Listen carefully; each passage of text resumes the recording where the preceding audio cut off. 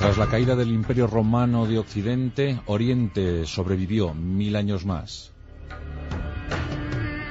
con una capital constituida en epicentro de aquel mundo civilizado, aquel Oriente del Mediterráneo.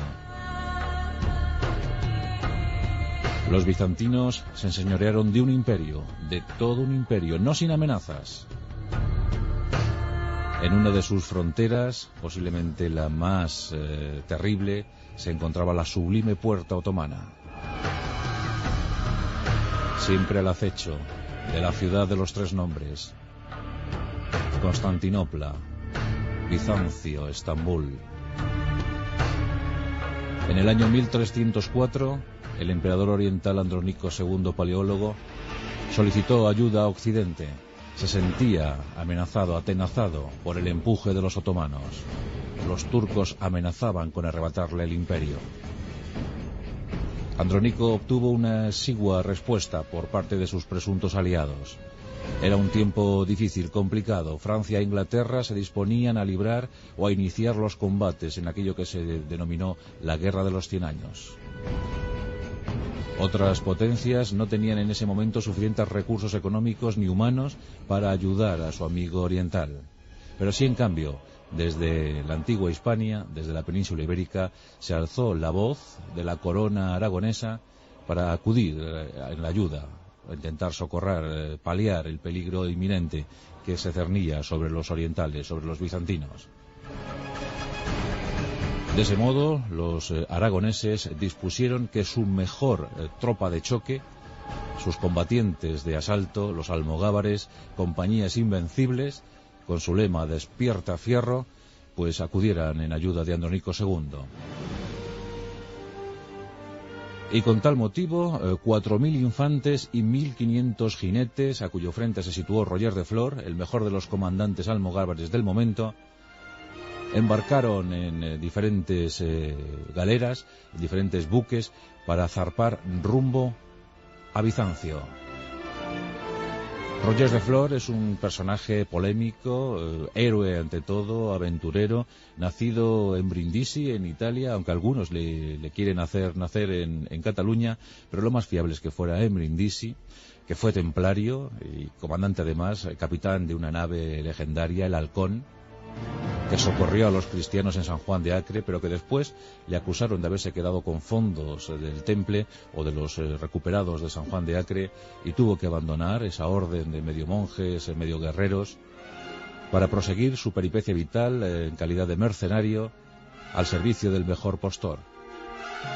Finalmente encauzó sus pasos hacia la comandancia de los ejércitos catalano-aragoneses, y al frente de los almogávares, sin duda alguna, alcanzó su máxima dimensión militar. En ese año 1304, los almogávares eran la mejor tropa del Mediterráneo. Eran tipos curtidos en las refriegas hispanas frente a los musulmanes, y desde luego supieron defender como nadie los intereses de la corona aragonesa.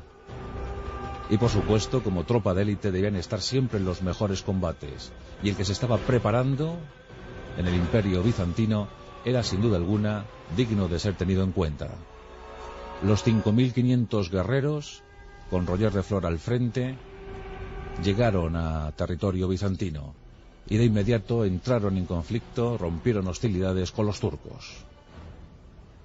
En cruentas batallas, los almogávares hicieron retroceder a los otomanos. Batallas cruelísimas, y que supieron, desde luego, los almogávares poner a raya a esos atacantes, a esos ofensores otomanos. Andrónico II estaba entusiasmado. No paraba de elogiar la actitud combativa de Roger de Flor y los suyos, y a tanto llegó la cosa que le otorgó varios títulos, y todos grandilocuentes. Uno de ellos, megaduque, y otro, acaso el más significativo, César de Oriente. Andrónico II paseaba a su nuevo héroe, a su gran paladín, Roger de Flor. Los almogávares desfilaban por Bizancio, pero alguien incubó un odio latente hacia Roger de Flor, y este no era otro sino Miguel IX Paleólogo, hijo de Andrónico II y corregente del Imperio Bizantino. El joven Miguel desconfiaba de Roger de Flor, de su aura incandescente, de su proyección imparable, y de inmediato hizo circular rumores sobre las intenciones, las supuestas intenciones que albergaba Roger de Flor, y estas, según Miguel IX, no eran otras sino las de hacerse con el trono imperial. Estos rumores, estos cotilleos, por supuesto, eran infundados. Roger de Flor no quería otra cosa sino servir a la corona aragonesa, triunfar en las batallas frente a los otomanos y regresar victorioso a la península ibérica. Solo quería eso. Pero Miguel IX decidió otra cosa y, bueno, pues preparó el escenario adecuado para que su padre picara el anzuelo. Aunque, bueno, también el padre se dejó embaucar, porque ya para entonces, en 1305, también él desconfiaba seriamente de Roger de Flor. El 5 de abril de 1305, Roger de Flor y 130 de sus mejores oficiales eran invitados a un banquete, a una cena en la que se iba a brindar por la heroicidad de los almogávares. Todo era una trampa, una terrible treta, tramada, organizada por Miguel IX y su padre Andrónico II. La sala quedó sellada, cientos de guerreros bizantinos aparecieron y asesinaron, pasaron a cuchillo a los 130 oficiales almogávares y a su jefe, Roger de Flor. En principio, Andrónico II sonrió complacido por la masacre, pensando que se había quitado de en medio un terrible problema. Los almogávares le habían librado de los turcos, sí, pero él se había librado ahora de esos almogávares que posiblemente iban a ser muy molestos en el futuro. Lo que no pudo suponer el emperador, el trémulo emperador bizantino, es que los supervivientes se iban a revolver contra él. En efecto, así fue. Las compañías almogávares clamaron venganza. Y cientos de guerreros catalano-aragoneses empezaron a desolar tramos importantes del territorio bizantino. Tracia, Macedonia, y a tanto llegó la cosa que aquel conflicto se empezó a llamar la venganza catalana. Los almogávares, como demonios, inundaron el territorio, quemaron, expoliaron, masacraron. La sangre circulaba por los territorios griegos. Los soldados bizantinos eran incapaces de contener esa avalancha humana. Las espadas almogávares se tiñeron de sangre. Y la venganza catalana se consumó con el establecimiento casi a perpetuidad de aquellos soldados que fundaron dos ducados, el ducado de Atenas y el de Neopatria. Por tanto, la bandera de la corona de Aragón quedó implantada en el territorio oriental durante alguna generación que otra.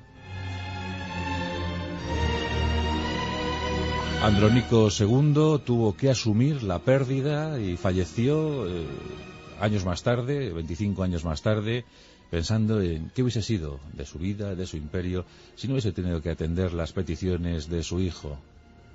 Un hijo que, por cierto, nunca llegó a reinar. Hoy en día, si viajas a Grecia, hay una frase hecha que se utiliza mucho para lanzar maldiciones. En esa célebre frase, utilizada popularmente por los griegos, se dice cada vez que quieres decirle algo, ofender al enemigo: ojalá te alcance la venganza catalana. Se sigue recordando aquel 5 de abril de 1305. Aquel hombre, Roger de Flor, todo un héroe, y que incluso el ejército español le ha rendido homenaje, pues, dando ese nombre, su nombre propio, a algún tercio de la legión. Bueno, pues Roger de Flor sigue siendo recordado en Grecia y, por supuesto, aquí en España. Pero aquel emperador supo pagar muy mal los grandes servicios prestados. Hoy, Roger de Flor versus Andrónico II Paleólogo.